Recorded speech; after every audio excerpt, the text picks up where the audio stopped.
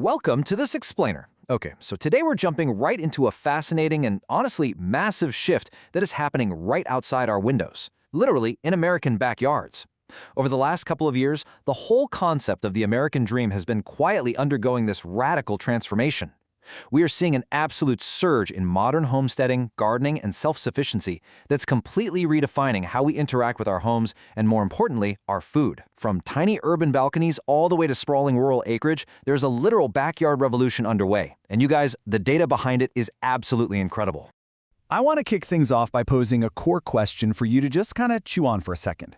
Why are 71% of Americans now planning to grow food at home?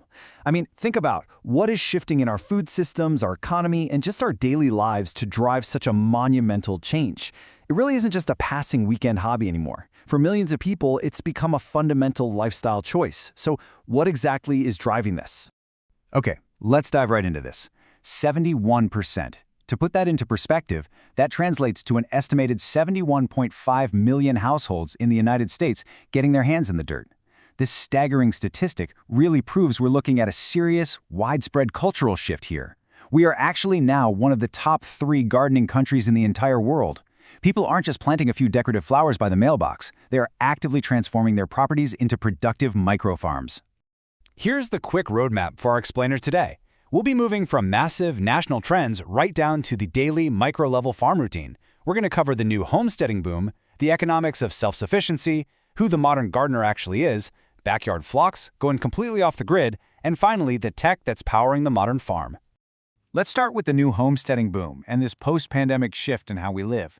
Now, coming out of the pandemic, there was actually a slight contraction in the total gardening audience. It dropped from 84.1% down to 79.2% of households. The casual folks who picked it up out of sheer boredom, yeah, they probably exited. But the committed gardeners who stayed, they are investing way more deeply and passionately than ever before. And that deep investment brings us to this absolutely mind-blowing number. $79 billion. That is the all-time high total market spending projected for the U.S. lawn and garden market in 2025. That represents a massive 13.5% year-over-year increase. So, while there are technically slightly fewer people gardening overall, the financial commitment from that core group is just skyrocketing. And it turns out you can see exactly where all that cash is going. Households are now dropping a record average of $740 on their spaces. Just look at the jump in tree care, up 76%. Shrub care is up 41%. And vegetable gardening is up 24%. This really shows us that people aren't just running out for a cheap packet of seeds. They're planting literal orchards, installing permanent landscaping, and making deep, structural financial commitments to their land. So, the crucial point here is the economics of self-sufficiency. Between 2019 and 2025, cumulative inflation ran at about 25.9% overall. Rising grocery prices, concerns over supply chains, these are the things directly driving this boom. People are quite literally fighting inflation with dirt and seeds, turning their backyard gardens into a genuine household economy strategy. If you're wondering why 54% of people are growing food specifically to lower their grocery bills, just look at the math on this return on investment. You spend $2.10 on green bean seeds, and you harvest almost $11 worth of food. That is a 508% ROI. Zucchini offers a 413% return. Tomatoes give you over 200%. When you actually run the numbers, growing your own food isn't just a cute weekend activity, it's an incredibly effective financial hedge. Which brings us to the next big question. Who exactly is doing all this planting? We are seeing a massive influx of younger generations taking the reins here. Millennials now represent nearly a third of all gardeners. And amazingly, 40% of homesteaders adopted this lifestyle within just the last 3 years. And this brilliantly illustrates that demographic shift. Get this, renters, people who don't even own the land they live on, are actually outbuying homeowners when it comes to vegetable seeds. It's 43.5% compared to 36.6%. Meanwhile, households under 35 are replacing their traditional grass lawns with natural flower wildflowers at nearly 4 times the rate of those aged 65 and older. Young urbanites and renters are completely reshaping the entire market. Now, what's fascinating is how these new demographics actually dictate how we garden. Because we have so many renters and urban dwellers jumping in, traditional in-ground gardening has been officially overtaken by raised beds, which sit at a 47% preference.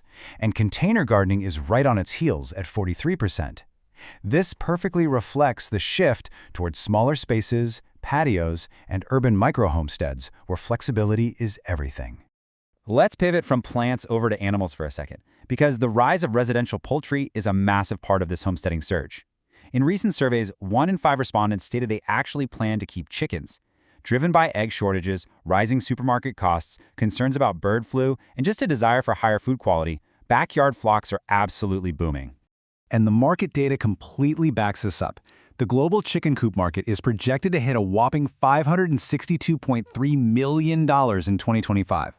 Market leaders like Omelette and Tractor Supply are capturing huge shares because, let's face it, today's suburban consumer doesn't want some rickety wooden box. They are demanding smart, modular, predator-proof designs that actually look good in a suburban backyard and make keeping a flock super easy. Now, for some folks, raising chickens and tomatoes is just the tip of the iceberg.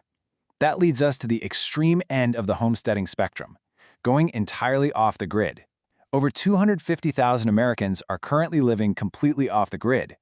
They aren't just trying to supplement their groceries, they are actively pursuing total energy and resource independence from public utilities. Just to be clear on what this entails, true off-grid living means unhitching completely.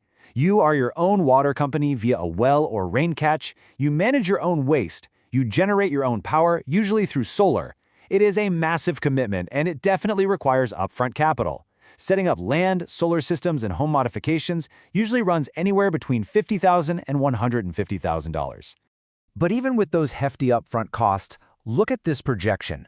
Up to 12% of the American population is expected to be living off-grid by 2035.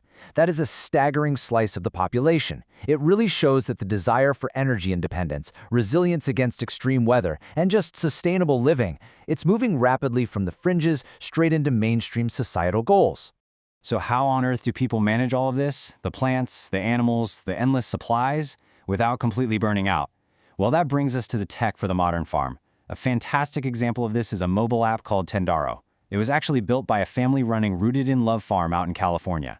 And the reason it was created is simply because they needed a way to manage the sheer chaos of running 13 acres with 45 animals and 54 distinct crop plantings. The creator realized pretty quickly that trying to keep track of everything in your head just leads to forgotten tasks and wasted money.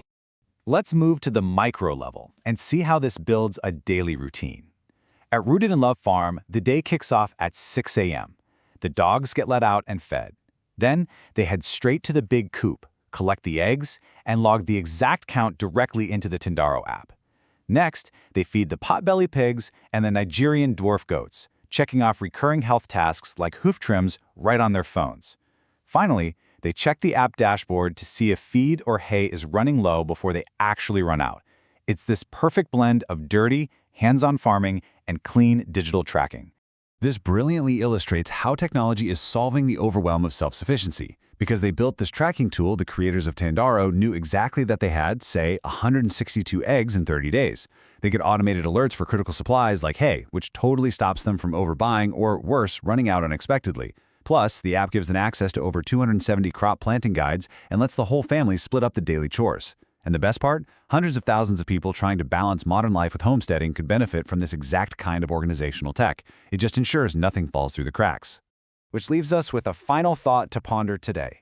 We've seen the massive economic shifts, the demographics of renters and millennials taking charge, and the incredible purpose-built technology available right in our pockets that makes managing a farm entirely possible for normal people. With technology making self-sufficiency more accessible than ever before, what is one step you could take toward your own modern homestead today? Whether it's a single container of cherry tomatoes on your balcony or planning out your future off-grid solar setup, the revolution is here, and there has literally never been a better time to join in. Thanks for exploring the data with me today.